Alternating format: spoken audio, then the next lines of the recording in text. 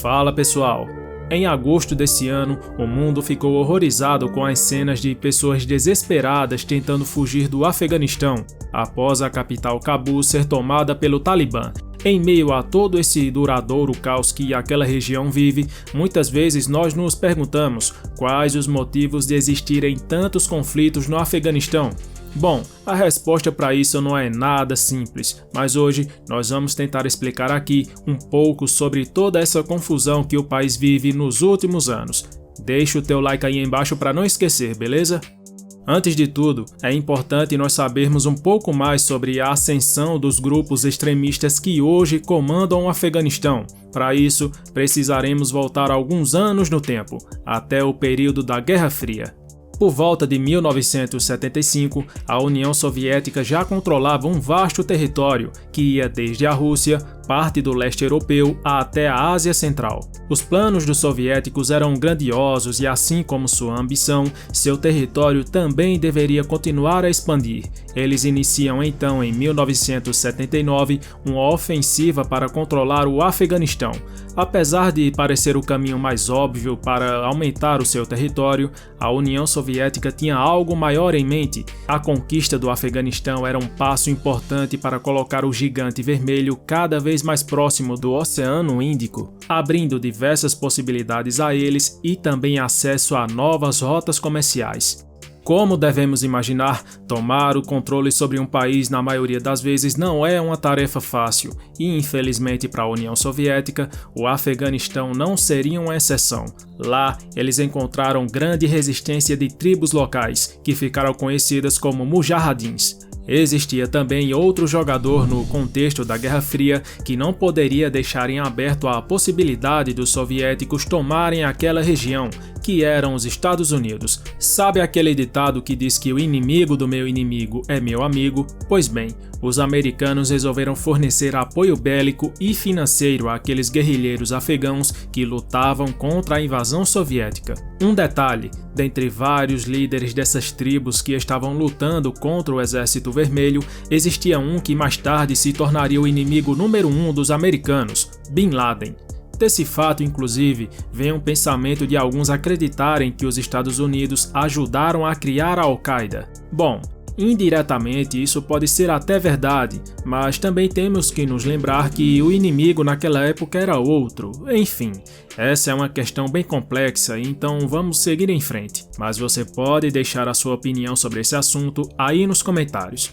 10 anos de guerra se passaram e em 1989, finalmente os soviéticos foram derrotados. Parecia que enfim o Afeganistão iria viver a paz tão desejada pelo seu povo, mas esse sentimento durou pouco tempo.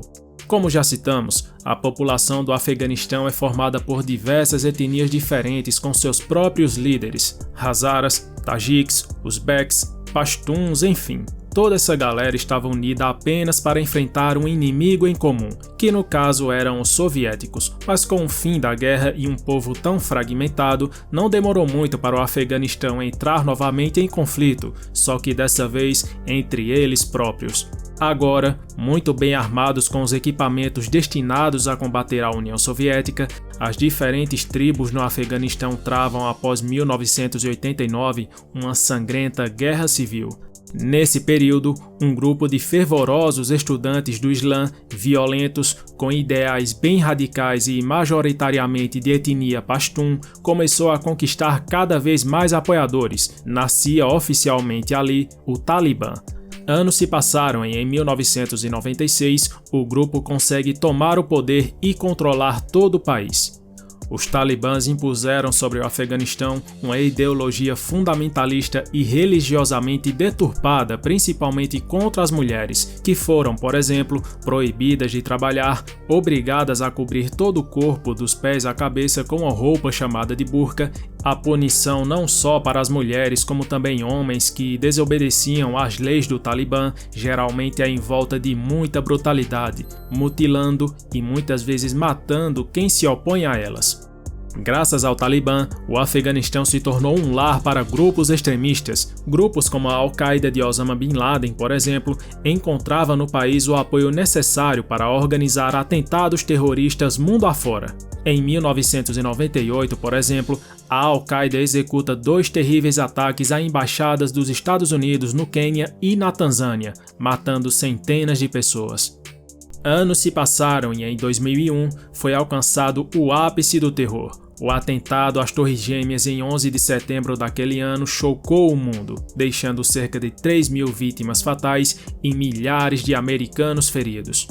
A partir daquele momento, o mundo não era mais o mesmo. A maior potência do planeta acabava de sofrer o pior atentado terrorista da história, e esse fato não iria ficar impune.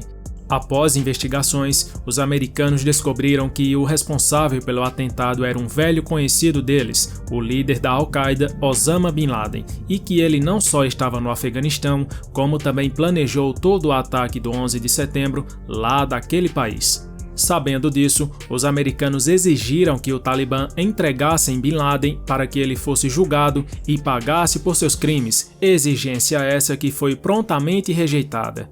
A fim de capturar o seu agressor, destruir a Al-Qaeda e também os talibãs, os Estados Unidos invadem o Afeganistão.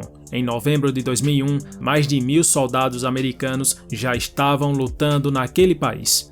Em pouco tempo, a forte investida americana no Afeganistão resultou na tomada do país. O Talibã, que defendia o território, viu que não podia medir forças com os americanos e, aos poucos, foi recuando para se refugiar principalmente no Paquistão. Já a Al-Qaeda era um assunto bem diferente. Eles iriam ser caçados para onde quer que fossem pelos americanos. Anos se passaram e Bin Laden foi morto em uma operação realizada pelos Estados Unidos em 2 de maio de 2011, no Paquistão, e naquela altura a Al-Qaeda já estava extremamente enfraquecida. Embora os americanos tenham alcançado seus objetivos, que era destruir os responsáveis pelo 11 de setembro, havia pontos importantes que deveriam ser levados em conta. Caso as tropas americanas fossem retiradas do Afeganistão, iria causar um vácuo de poder naquela região e o Talibã simplesmente retornaria ao comando. Voltariam a apoiar outros grupos radicais e, consequentemente, a tensão causada por aquela região iria novamente crescer, aumentando, por exemplo, o risco de acontecerem outros atentados mundo afora. Para que isso não ocorresse, os Estados Unidos tinham o objetivo de construir ali uma nação com um governo sólido, democrático e que conseguisse se defender sozinha contra ataques de grupos extremistas locais. Com um país formado por um povo tão fragmentado e tão diferente do Ocidente, essa era uma tarefa quase que impossível. Trilhões de dólares foram gastos, 20 anos de guerra se passaram e após grande pressão do seu povo que já estava cansado de lutar em uma guerra que não era sua, esse ano em 2021, o presidente Joe Biden deu sequência no plano feito pelo seu antecessor, Donald Trump, que assinou um acordo junto com o Talibã para retirar as tropas americanas do Afeganistão. Mais rápido do que todos previam, o Talibã voltou a ocupar a capital Cabul e a comandar o país, instaurando novamente o seu regime violento e opressor. Infelizmente, o sonho de paz do povo afegão terá que esperar um pouco mais, pois daqui em diante, a tendência é que a tensão naquela região aumente cada vez mais conforme os anos passem. E esse foi o vídeo de hoje, pessoal. Claro que esse assunto é bem complexo, mas tentamos esclarecer aqui um pouco os principais eventos que tornaram o Afeganistão nesse barril de pólvora que vemos hoje em dia. Se gostou do vídeo, deixa o like aí embaixo, se inscreve no canal e também ativa as notificações. Ah, e também não esquece de deixar a tua opinião sobre esse assunto aí embaixo nos comentários, beleza? Até mais!